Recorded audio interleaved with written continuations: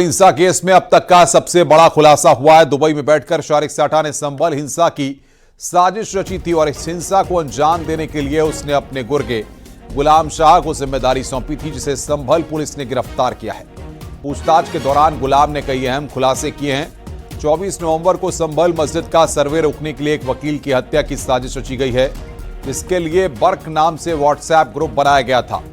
शारिक साठा ने हिंसा के लिए असले मुहैया कराए थे। पुलिस के मुताबिक शारिक साठा को संभल के पूर्व सांसद शफीकुर रहमान बर्क का संरक्षण था। पुलिस ने खुलासा किया है कि 2014 में संभल में विधायक के पुत्र सुहेल इकबाल पर तत्कालीन सांसद शफीकुर रहमान बर्क के कहने पर शारिक साठा ने गोली चलाई थी। तो ये बड़ी खबर यहां पर हम आपको बता रहे हैं, संभल हिंसा केस में बड़ा खुलासा हुआ है। उस दिन घटना कारित करने वाले जिसने व्यक्ति द्वारा असले प्रोवाइड किए गए थे, जिस व्यक्ति के द्वारा इंस्ट्रक्शन दिए गए थे, जिस व्यक्ति के द्वारा ये हिंसा करवाने के लिए असले भी प्रोवाइड किए गए थे, उस व्यक्ति को पुलिस द्वारा गिरफ्तार किया गया है, जिसका नाम गुलाम पुत्र मुख्तार है। इसके द्वारा बताया गया कि पूछताछ में कि 23 तारीख को इसने अपने बॉस शारिक साठा से बात की थी। शारिक साठा को यहाँ के किसी स्थानीय व्यक्ति द्वारा बताया गया है कि 24 तारीख की सुबह को सर्वे होगा।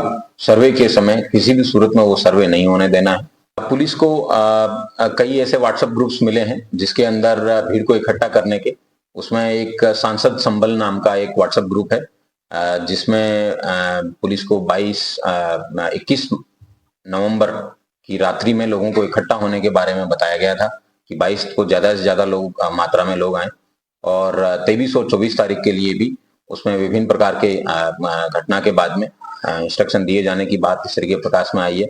उसमें से कई सारे मैसेजेस हैं जो जिन लोगों के द्वारा मैसेज किए गए थे, पुलिस द्वारा उनको पूछताछ के लिए बुलाया। इसके द्वारा पूछताछ में बताया गया कि पूर्व में इसको राजनीतिक संरक्षण इसको और शारिक साठा को प्राप्त था, जिसकी वजह से ये लोग दीपासराय में बिना किसी चिंता के आराम से शांति से जितने भी आपराधिक गतिविधियां हैं वो करते आ रहे थे। लेकिन पिछले कुछ समय से पुलिस की सख्ती के कारण ये आपराधिक गतिविधियां संचालित नहीं कर पा रहे थे। इसके द्वारा यह भी बताया गया कि जो 24 तारीख को जो हिंसा है उसमें एक कोई वकील है जो कि बाहर से आते हैं और वो जगह जगह पे एप्लीकेशन डालते हैं।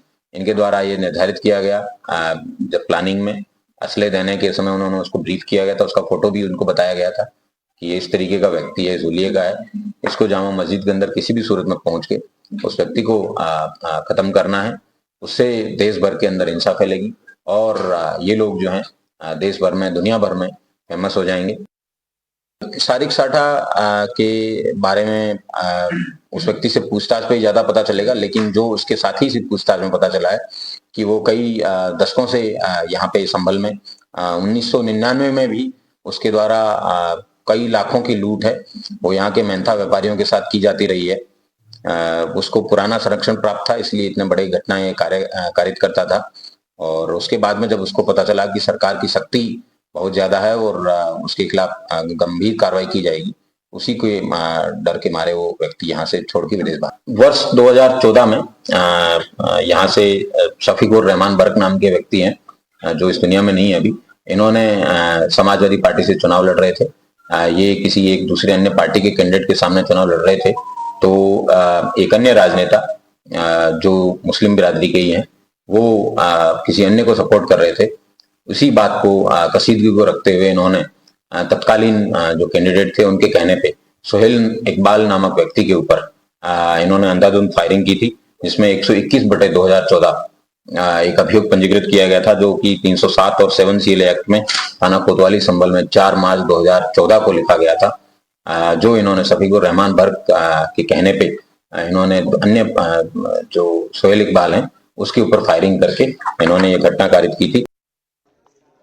और सीधे रुक कर रहे हैं राजीव सिंह बातचीत करने के लिए, हमारे सहयोगी हमारे साथ जुड़ रहे हैं। राजीव, जिस तरीके की प्लानिंग थी, किस तरीके से पूरा प्लान रचा गया, विस्तार से आप बताएं, और पुलिस ने जिस तरीके से इसका खुलासा किया है इसके बाद क्या रिएक्शंस मिल रहे हैं?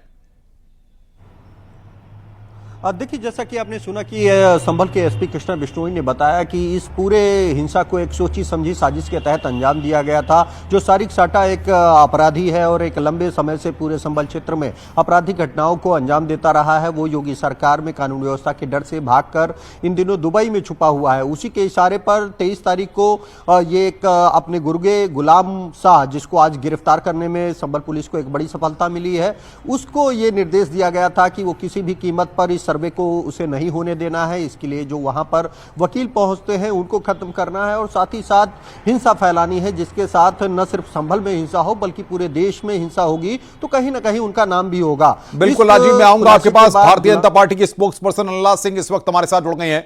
अनिला जी, किस तरीके से आप देख रही हैं जिस तरीके से संभल पुलिस ने बहुत बड़ा खुलासा किया है और कहां से किस किस तरीके से दुबई से तार जुड़ते हुए यहां पर इस मामले के सामने आए हैं? मेरी सबको राम राम। बिल्कुल, मैं यहाँ पे प्रशंसा करना चाहूंगी पुलिस की, उत्तर प्रदेश की पुलिस की, कि जो संभल हिंसा की जो साजिश थी उसमें कैसे सारिक साटा जो है उसका कनेक्शन सामने आया है, जो कि दुबई में बैठकर सारी जो ये घटना हुई है उसका पूरा ब्लूप्रिंट वहां पे बनाया गया है। तो अब ये जो ब्लूप्रिंट बनाते हैं और उसको फिर इम्प्लीमेंटेशन करते हैं, उनको ये समझ में आ जाना चाहिए कि भाई ठीक है, आपका घड़ा फूटता है और ये फूट चुका है। तो ये जो चाहे दुबई बैठ जाएं और चाहे कतार में बैठ जाएं, चाहे कहीं पहुंच जाएं, ये यूपी पुलिस जो है उनको छोड़ेगी नहीं। और संभल में जो लोग इसमें इन्वॉल्व थे उनके खिलाफ तो आप देख ही रहे हैं कि किस प्रकार से पूरा इन्वेस्टिगेशन हो रहा है, कार्रवाई हो रही है। संभल में फिर से शांति आ गई है, परंतु जो अशांति फैलाने वाले लोग हैं उनके खिलाफ एक्शन हो भी रहा है और किसी की अब इतनी हिम्मत नहीं है कि दोबारा उस प्रकार की घटना वहां पे कर दे। लेकिन सबसे बड़ी बात यह कि कितनी गहरी साजिश रची गई। दुबई में बैठ करके व्हाट्सएप ग्रुप के असर के पूरा प्लान रचा गया, जिसमें कई लोगों का संरक्षण भी इनको मिला। एब्सोल्युटली। सबसे दुर्भाग्यपूर्ण बात यह है कि यहाँ पर हमने देखा कि किस प्रकार से समाजवादी पार्टी, कांग्रेस पार्टी मुकदमा लड़ रही थी इन लोगों का, छाती पीट पीट कर रो रहे थे, चिल्ला रहे थे, इनके साथ ज्यादती हो रही है। जो हिंसा की पूरा जिन्होंने एक ब्लूप्रिंट तैयार किया, उसको इम्प्लीमेंट करवाया, उनके लिए ये पार्टी जो है कह रही थी उन लोगों के साथ ज्यादती हो रही है। तो ये इनका असली चेहरा है। ये किसी भी हद तक गिर सकते हैं। कोई हमारे राष्ट्र के खिलाफ, हमारे राज्य के खिलाफ, हमारे नागरिकों के खिलाफ, हिंदुओं के खिलाफ अगर कोई साजिश रचता है तो ये लोग उन लोगों के साथ जाकर खड़े हो जाते हैं। तो क्या माना जाए, जिस तरीके से गुलाम शाह को पकड़ा गया, सारिक साटा ने दुबई से इतनी बड़ी प्लानिंग की है, अभी कई और नाम सामने आ सकते हैं? बिल्कुल, परतें तो वो अभी खुलनी शुरू हुई है ना, एक के बाद एक का बाद आप देखिएगा और कितनी परतें खुलती हैं। क्या मानती हैं आप, इसके पीछे पूरा समाजवादी पार्टी का भी कोई हाथ रहा है?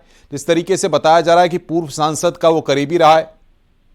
देखिए, इसके ऊपर मैं अभी कोई टिप्पणी नहीं करूंगी, लीगली ठीक नहीं रहेगा, पर हम ये तो जानते ही हैं ना अच्छी तरीके से कि किस प्रकार से इन लोगों का व्यवहार रहा है शुरू से। ये लोग जिन लोगों ने हिंसा की उनके साथ खड़े हुए दिखाई दिए कि नहीं दिखाई दिए? तो इसका क्या समझा जाए? ये तो अंधा गूंगा बहरा भी इंसान समझ लेगा कि जो लोग। और इस वक्त बातचीत करने के लिए सपा से अमीक जमई जी हमारे साथ जुड़े हुए हैं। अमीक जी, किस तरीके से आप रिएक्ट करेंगे जिस तरीके से संभल पुलिस ने खुलासा किया है, बहुत बड़ा, सारिक साटा के इशारे पर हथियार की सप्लाई की गई और संभल के पूर्व सांसद का संरक्षण मिला हुआ था, ये बात कही है? देखिए, संभल का जो पुलिस कप्तान है एक बहुत ही गैर जिम्मेदार ऑफिसर है। समाजवादी पार्टी पिछले पहले दिन से पूछ रही है कि आखिर ये जो निर्दोष बच्चों की जो हत्याएं, जिन हत्याओं के लिए खुद कप्तान और सीईओ और डीएम जिम्मेदार हो, वो संभल हिंसा को डाइवर्ट करने का जो ये काम कर रहे हैं, ये बहुत ही सुनियोजित है। और सुनियोजित करने से संभल के कप्तान को सुख चैन मिलने वाला नहीं है। सूबे के अंदर उनको जवाब देना पड़ेगा, नहीं तो कोर्ट में उनको घसीटा जाएगा, और नहीं तो नई सरकार आने पे उनको अपने दिन का इंतजार करना पड़ेगा।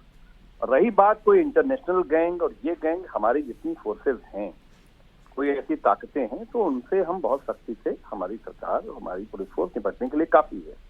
लेकिन जिस कप्तान ने इतनी बड़ी हिंसा का आयोजन किया, निर्दोष बच्चे मारे गए, पूरा एक नया काशी मथुरा के बाद एपी सेंटर इस कप्तान ने पैदा कर दिया।